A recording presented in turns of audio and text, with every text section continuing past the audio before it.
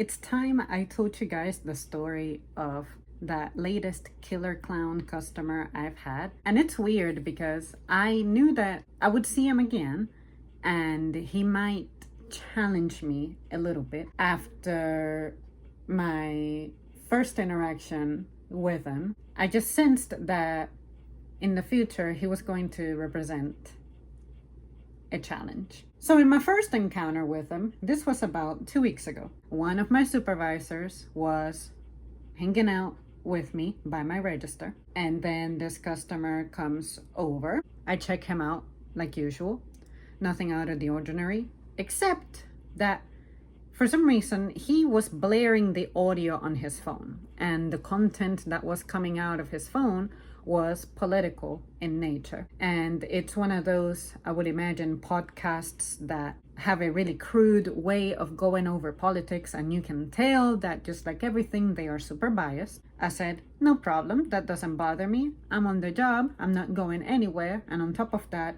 it doesn't involve me. I don't have to care. Well, the interaction went something like, every time I would do something for him, bag something and take his change, he paid cash, he had a habit of ending it with, yes, boss lady. Thank you, boss lady. Boss lady, boss lady, boss lady. And I thought that was odd. But anyway, I just maintained my same semblance, same composure. But when he directed something at my supervisor, she's a woman, very evidently female, he kept calling her brother. Yes, brother, this, this brother, that. Oh yeah, brother. He finished his transaction. I was reaching for the receipt, which had printed, to hand it to him along with his change, because the receipt will have printed by the time I put his change together. While I was working on that, he was commenting to my supervisor, I need a receipt and a bag. Those were the two things that my mama taught me.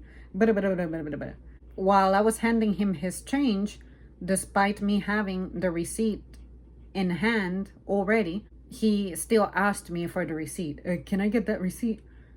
And I'm like, yeah, that's why it's on my hand as I'm handing you the change to give it to you. I didn't say that, of course, but your logic did not logic at that moment. So that was my first instance with him. He left, and of course I had to turn to my supervisor and be like, so is it a good time to start calling you bro? To start calling you brother? Should I call you brother? Of course, she was like, oh my God, stop. Like, I am a woman. Very evidently, I sound like one, which is true. And I guess his confusion came from the fact that she has shorter hair. She typically wears a hat here and there. Sometimes she does, sometimes she doesn't, but that particular day she did because she had to be outside roaming, getting things. In addition, I mean, you put me next to her, we don't have the exact same body shape, but you can tell that she's female. That was her first encounter. Our second encounter was this week. I did not have anyone with me at the register, and for some reason I have observed that anytime I don't have a colleague, especially a male colleague, helicoptering the area, patrolling the area, or just having their presence, people really embolden themselves in a way that I don't understand. They try to make me engage with their commentary that's not related to the business in any way. And you guys know me, my policy is no comment, or stay quiet, ignore them, don't reply in any way. But this time around, he was paying cash, of course, and he had to give me a penny for something, of course. I forget what his total was. Let's say it was like $9.61. He had plenty of nickels, plenty of dimes. In other words, denominations greater than that penny. And he said, are you gonna let me go without the penny? I didn't say anything. He repeated himself, and I said, do you not have another coin with you? Any denomination? And he's like, is it gonna be a problem? You're not gonna let me go without the penny? And I said, I would prefer if you have the penny with you. If you have either exact change or give me a coin greater than the amount that you owe, so I can break it for you. I can give you change back. You don't have the penny. If you give me that nickel that you have, I can give you 4 cents back. He said, well, I'm gonna go to the car. So he went to the car, took his sweet time, and I just stood there. Fine, I get paid by the hour. I don't care. The reason I did that, you may think, but Zam, that's really petty. That's stupid. It's just a penny. I do that for one of 2 reasons.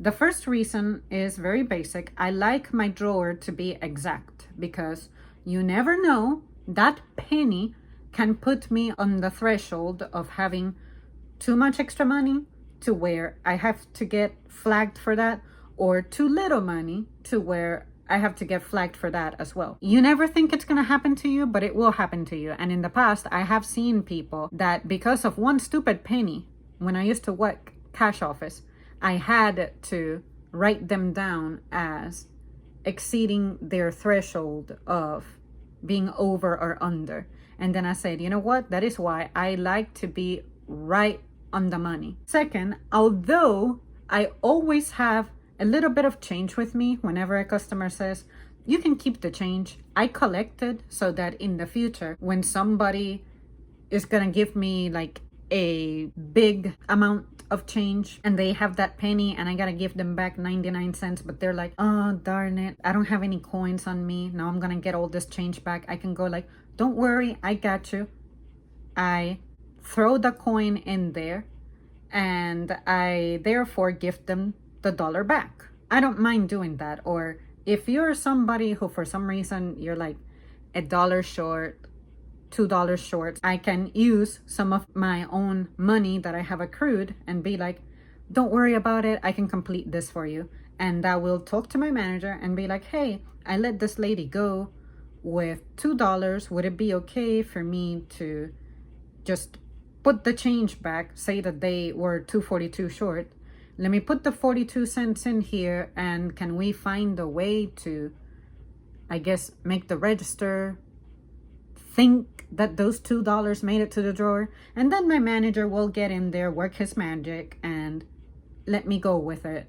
And I keep the receipt so that I can show him. He'll audit the till if it's toward the end of my shift anyway, and confirm my story. Anything that exceeds $1, I usually just tell him, go ahead and audit it. And then that's how we go about this. But with this guy, the reason I didn't do that is because right on my face, you had enough change. You just refused to give me that nickel. I don't want to create the habit of, I let you go today, not paying that penny. Tomorrow, you're gonna be 12 cents short. And then you're gonna ask me if it's okay for me to let you go being 12 cents short. I know these people. It's gonna turn into a pattern. It's going to turn into a problem. So the best thing to do is to create the precedent of, no, I'm not gonna let you go for that amount. And like I said, you guys, I know that it's petty. I know that it's stupid. But with people like that, you gotta follow your gut. Because I promise you that in the past, that shit has happened to me. I had this one lady who every time she would come in, somehow she never had enough money on her person. She kept trying to get by, threateningly close to the $1, $2, things like that. And eventually it turned into a problem with my manager at the time. So then I said, well, I don't want to say no to the customer, but at the same time, this is a pattern. What should I do? It got to the point where every time this lady was there, I would have someone with me to deal with this transaction. I don't want to establish the precedent, the habit with this person that you can do that to me. You have the stupid money, give it to me. What is the point of you carrying those coins? You're not always going to land an exact denomination of tens. Like maybe you'll have 12 cents, 23 cents, 34 cents. It's not gonna land on a 5 or a 0. Just give it to me. Stop being so stupid.